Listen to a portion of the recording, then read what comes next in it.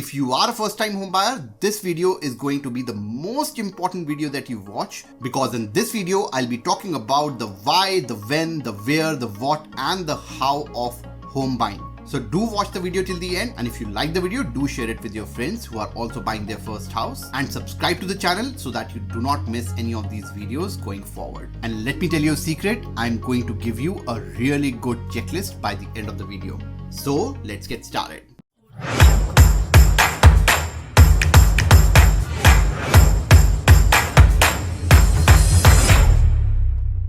So the way this video is structured is that we are going to answer 5 questions when it comes to home buying. The first one is, why do you want to buy a home? The second one is, when do you want to buy a home? The third one is, where do you want to buy? The fourth one is, what do you want to buy? And the fifth one is, how do you buy a home? But I'll try to make it as simple as possible for you to understand, even if you are a newbie in home buying. First, let's talk about why do you want to buy a home? And that's a question that is really important. And the more important question is, why not to buy a home?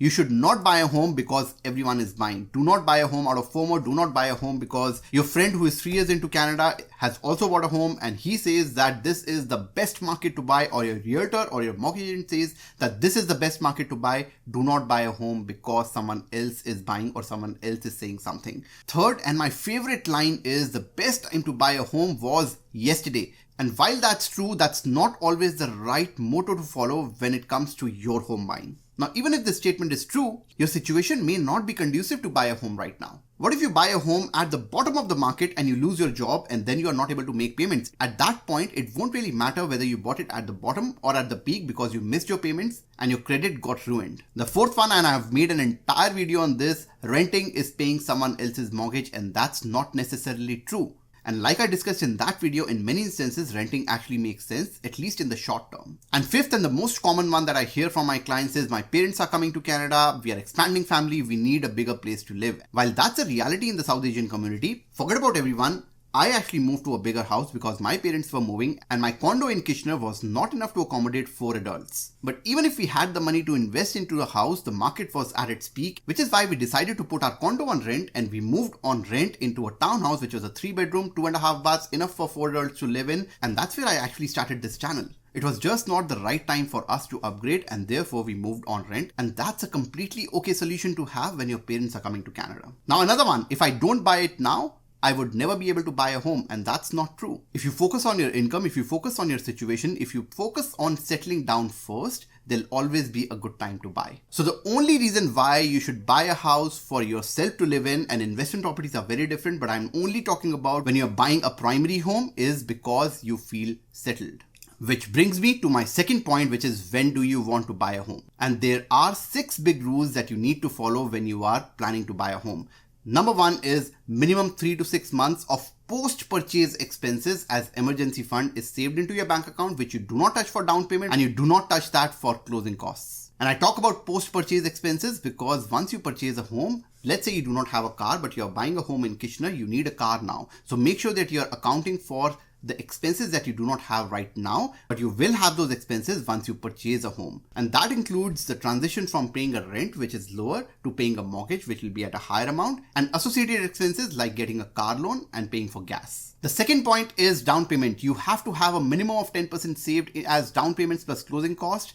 Now, I'm not saying that you need 10% down payment. What I'm saying is that you can make a minimum down payment as well, even though 10% is the ideal spot. And I talked about this in my down payment video. But even though you make a minimum down payment of 5%, 7%, whatever that is, you still need to have 10% of the purchase price over and above your emergency fund. And that's for closing costs as well. And closing costs, if you are buying in Ontario, will be close to 2%. So even if you're making a minimum down payment, you will end up spending more than 5% in purchasing a home. And a lot of people do not account for costs like moving costs. If you're moving from a condo to a townhouse, you would want to buy more furniture, you would want to decorate your new home, and all those costs add up. So make sure that you have 10% for all these expenses, including down payment, closing costs, and settling up.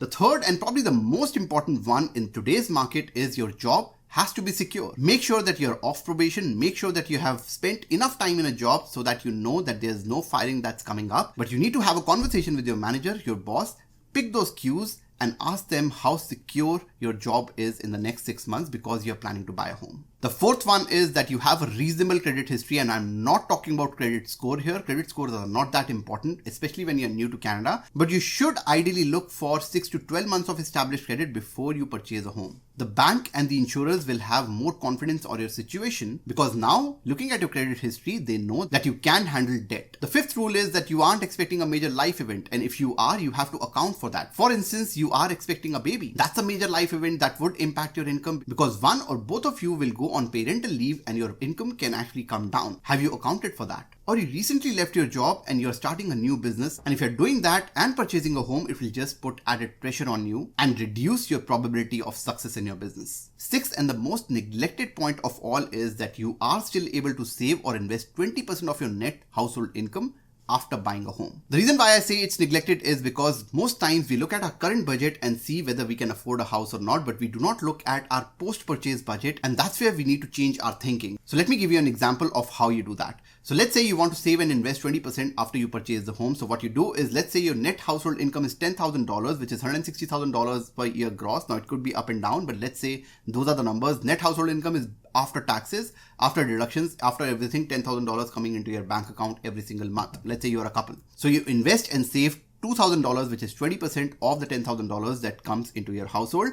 Then let's assume that you have a car and the car expenses are about $1,000, your grocery is about $700, your phone plus internet is about $200, your eating out is, let's say, $100 a week, which is $400 per month, and then shopping and travel, everything else is about $500, and your total expenses come to about $4,800. That means that you are left with $5,200 of home budget. Now, most people, what they do is they actually put their mortgage instead of saving and invest, and then whatever is left, they save. You have to actually reverse the script when you are making a budget for your home. It just blows my mind when we talk about mortgages first and saving and investing later. We need to completely reverse our thinking when we are making a budget for our home. The banks and mortgage agents would qualify you for a much higher amount, but you need to look at your household budget because you are the one who is paying the mortgage and you are also the one who is paying for other expenses. So let's say in this example, our total home budget, which includes everything, utilities, everything, property taxes, is $5,200, and now you need to account for non-mortgage expenses, which is property taxes, utilities, insurance, maintenance, all that, let's say, accounts for $950, and now you have a mortgage payment of $4,250. That's the max mortgage payment that you can make,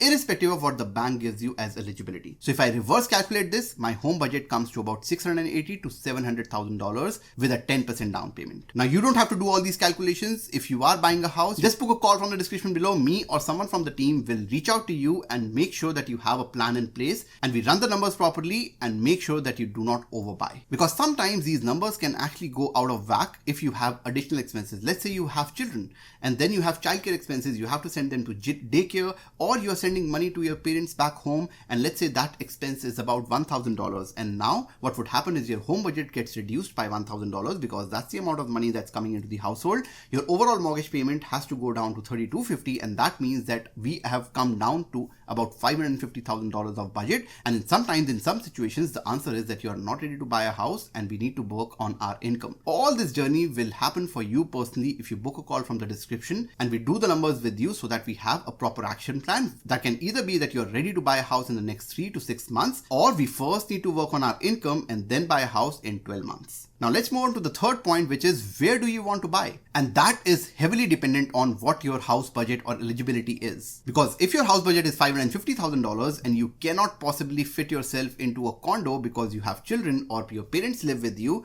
you have to move away from city centers, or you need to probably change your province and move to Alberta, which is a massive decision. But all those questions need to be answered when we are talking about where to buy a house. Now, if you're moving away from our workplace, we need to answer the question, do you work remotely? Let's say you're changing your province and they do not allow for work from home. So then changing provinces is not an option for you. I see a lot of people moving to Calgary from Ontario and BC, but I'm hoping that they are also researching and answering this third question, which is, does your job have scope in the city that you're moving in? What if you get laid off and then you again get a job in Ontario because that's where the scope is? Do you understand the city well enough? I see a lot of people moving to a new city and then buying a house immediately without understanding the safety measures in the area that they are buying, the kind of schools that it has, the kind of public transport. Do not rush into the decision. Make sure you understand and research the city well enough talk to enough people, and then buy a home. And by the time you complete your research, it's okay to rent. Now, some of my clients have constraints over the schools. Let's say a family has kids with special needs and they have to go to a particular school because that school is best to cater their children.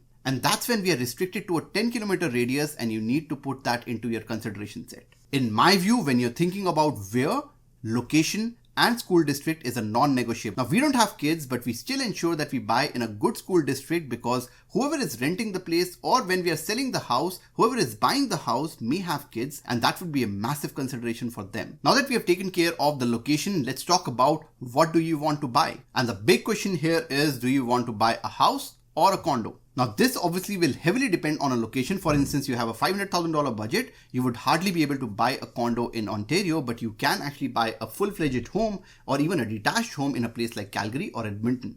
But one thing that I hear a lot is condo fees are a waste of money, and I'll prove to you with numbers that that's not the case. Let's say you buy a condo and the condo fee is $550. And by the way, I'm very qualified to talk about this because I've lived in a condo as my primary, and now I'm living in a townhouse as my primary home. So I actually know these numbers, and these numbers are very close to my numbers in this particular house and the condo that we lived in.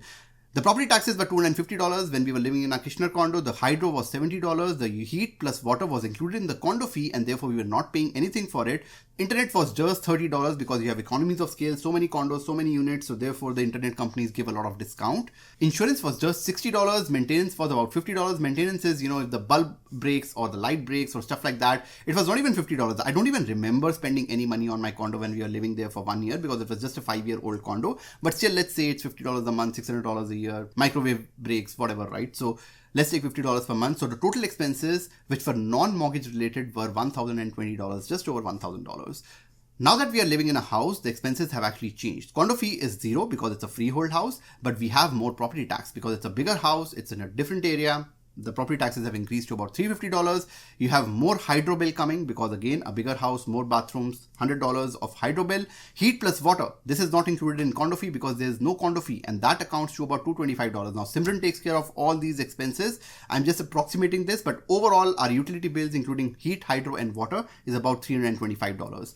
Then we have internet, which is again a little bit more expensive because now we are in an independent house. There's no economies of scale or low economies of scale, and therefore the internet bill has increased to $60 from $30 that we had in the condo. Insurance is obviously higher because now it's a freehold house. We are liable for everything and we have to take a bigger coverage now. So that's $110, and the maintenance has to be more even if our house is brand new. For example, 3 months ago, one of my faucets started leaking, and therefore I had to call the plumber, and the plumber took $200 for his visit. Now, most people say that you have to account for 1% of your purchase price per year. So if your purchase price is $700,000, that's $7,000 per year in maintenance. In a big house, something or the other will break and you have to fix it. But I have only taken $150 in maintenance, and you will see that your total expenses, which are non-mortgage related, will still come up to about $1,000. So it's not very different when you look at a condo and house. So coming from someone who has lived in a condo and a house of my own, I can very confidently say that at the end of the day, the expenses are not very different, which are non-mortgage related. Plus, I do pay for my gym because I made a gym, or if you don't have a gym in my condo, I had a gym, right? So in a house, you have to pay for your gym. Plus the mortgage will be a lot higher. My mortgage in my condo was about $2,000. Here it's about $3,200. So my mortgage is also higher. I need to pay for the gym and the expenses remain the same. So overall, my out of pocket is a lot higher in a house. Another argument that I hear a lot, which I don't agree to, is that condo prices do not appreciate. And that's not true. The condo prices would not appreciate if you buy in poor locations. So if you buy in a great location, which is a city center, access to public transport, it will appreciate in value.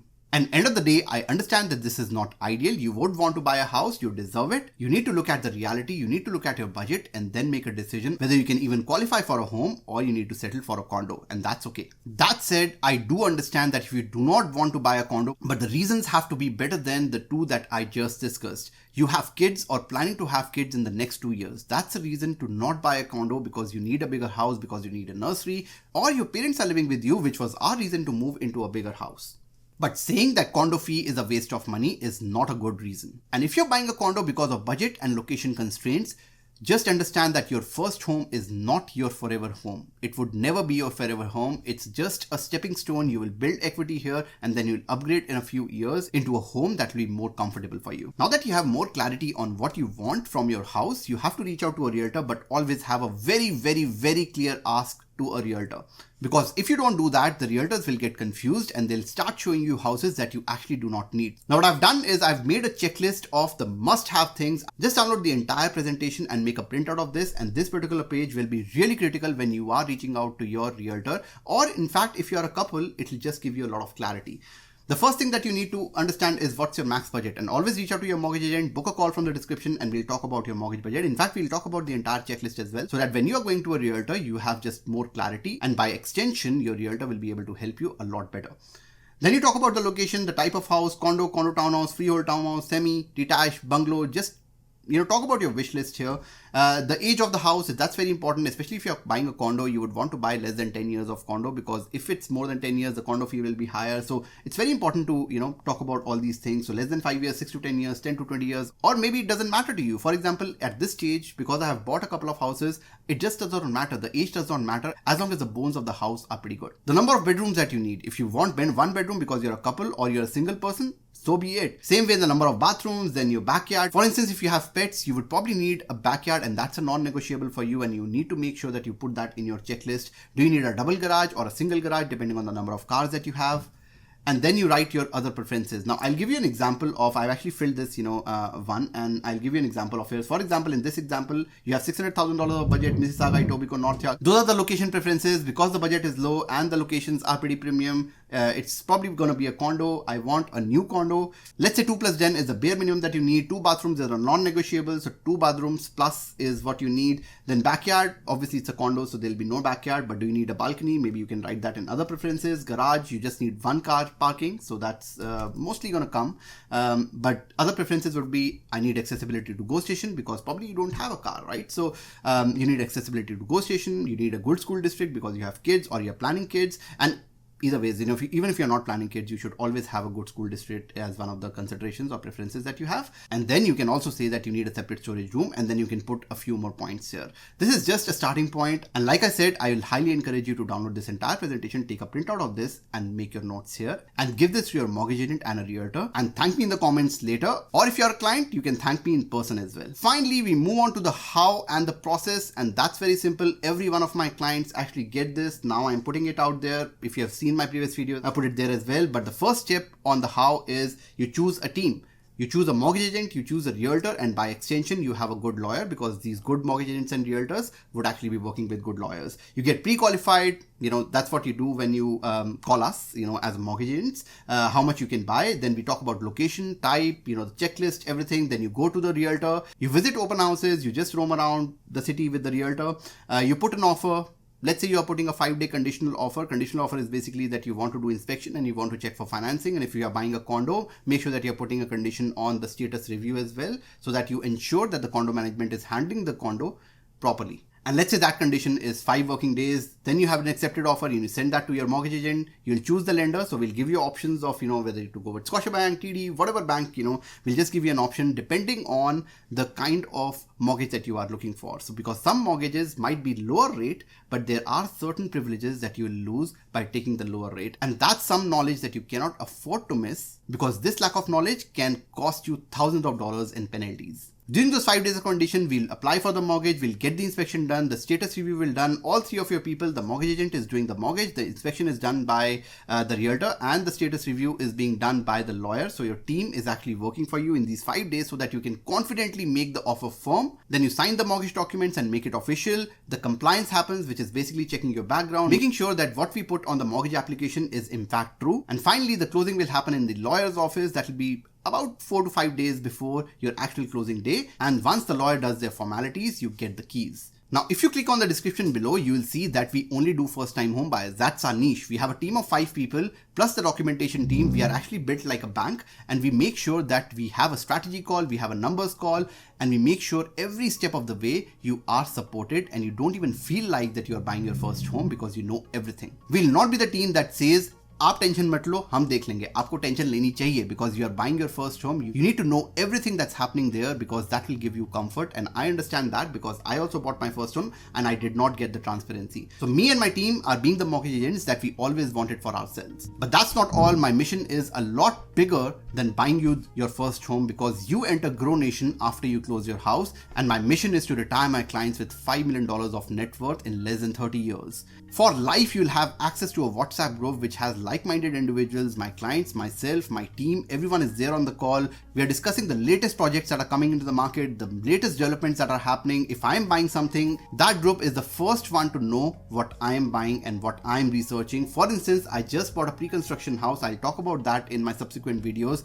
But I got first dibs on the project. I was in fact the first person to book a house in that condo, and my clients were the first 6 to book a home in that condo. Now, obviously, I'll be talking about all that on YouTube as well, but my clients have the advantage of knowing things first so that they can act and benefit from it long term. I also invite special guests on monthly calls and we do Zoom meetings. We have annual community meetup which is happening on December 9th. It'll be a massive meetup of 400 people coming together, networking. We have guests. We have Adrian, who is Canadian in a t-shirt, coming as a keynote speaker. We have a panel discussion on wealth building, and my clients are getting free access to that event as well. And then there are multiple courses that I'm developing. I'll be developing a 6-figure job accelerator which is launching next month. My clients have access to a retirement planning program which is an 8 to 9 hour I think program which we did with my financial planner and my mentor, and that is available to my clients for free. And I'll also be launching a first business accelerator which is a massive value add for my clients, and it's all completely free, and there'll be many more courses that will come subsequently. The reason why I entered the industry is because I wanted to enter the inner circle of people who make money,